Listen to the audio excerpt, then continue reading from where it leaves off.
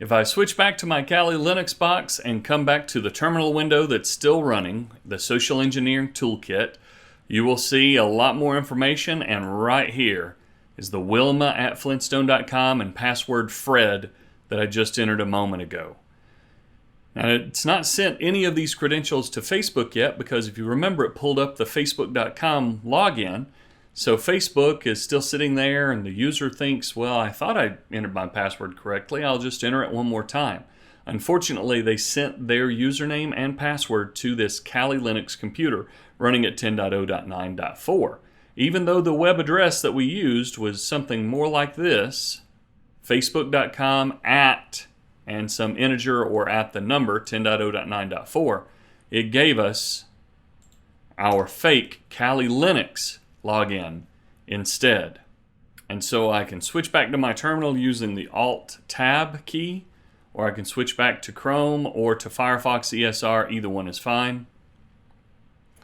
If I enter a new username and password, Barney@flintstone.com with a password of Betty, and try to log in on this 10.0.9.4 address, it'll look like it just failed and tried to again, but it's actually sent me to the real facebook.com address, and if I entered my user information here, that would actually log me into Facebook. But if I switch back to the terminal window, I can use Alt-Tab in Kali Linux. I will see Barney@flintstone.com with a password of Betty. Now, the whole time that I leave this terminal window running with the Social Engineering Toolkit in the background, I will be collecting usernames and passwords from this phishing email. If you're doing this inside an organization, again with the express written consent of the CEO and or CIO, the Chief Information Officer or the Chief Executive Officer, the owner, the president of the business, then what we would do after we get these usernames would be to go educate those individuals and just let them know, hey, you're not in any trouble, but you just fell for an inside phishing attempt. We were doing some phishing training. We sent you an email that looked just like Facebook, but unfortunately you clicked through a bad web address. Let me show you how to spot those, and you show them the same kind of things that we just went through. Malicious attackers will take these usernames and passwords and immediately try them not just at Facebook, but at flintstone.com or at gmail.com. That's one reason you should never use the same username and password for multiple websites, especially for your email login.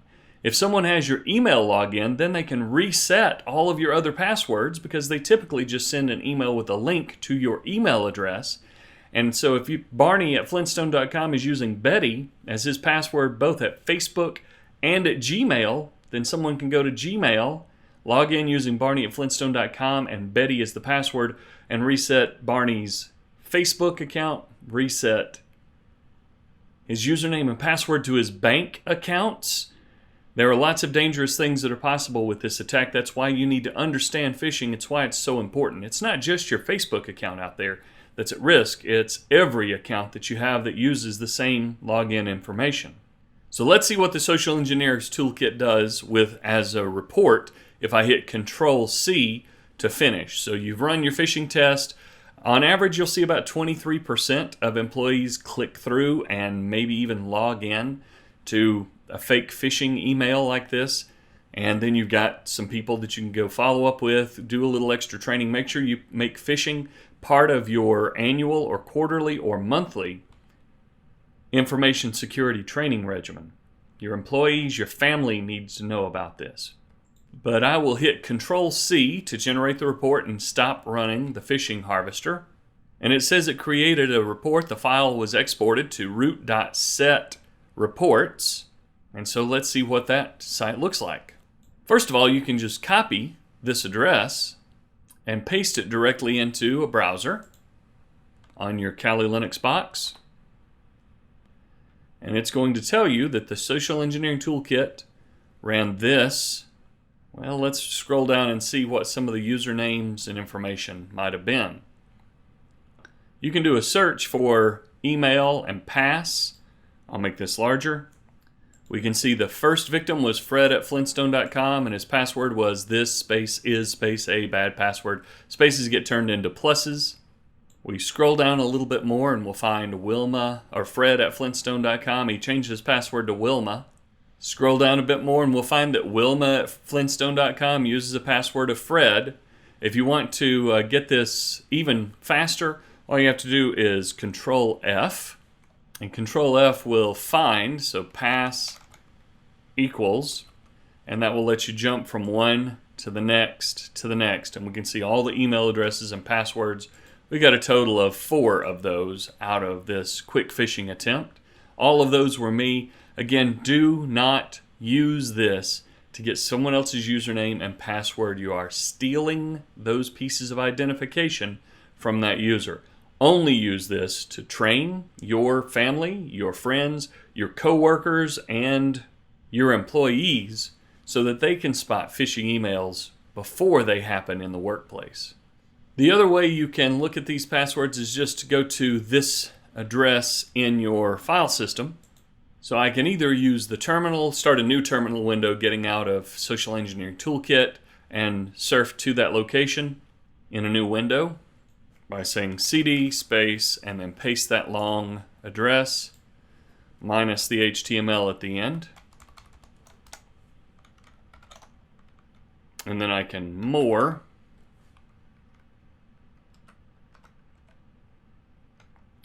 and just 2 and tab because it's a long timestamp, and choose the .html tab, and I can more through that document just by hitting the space bar.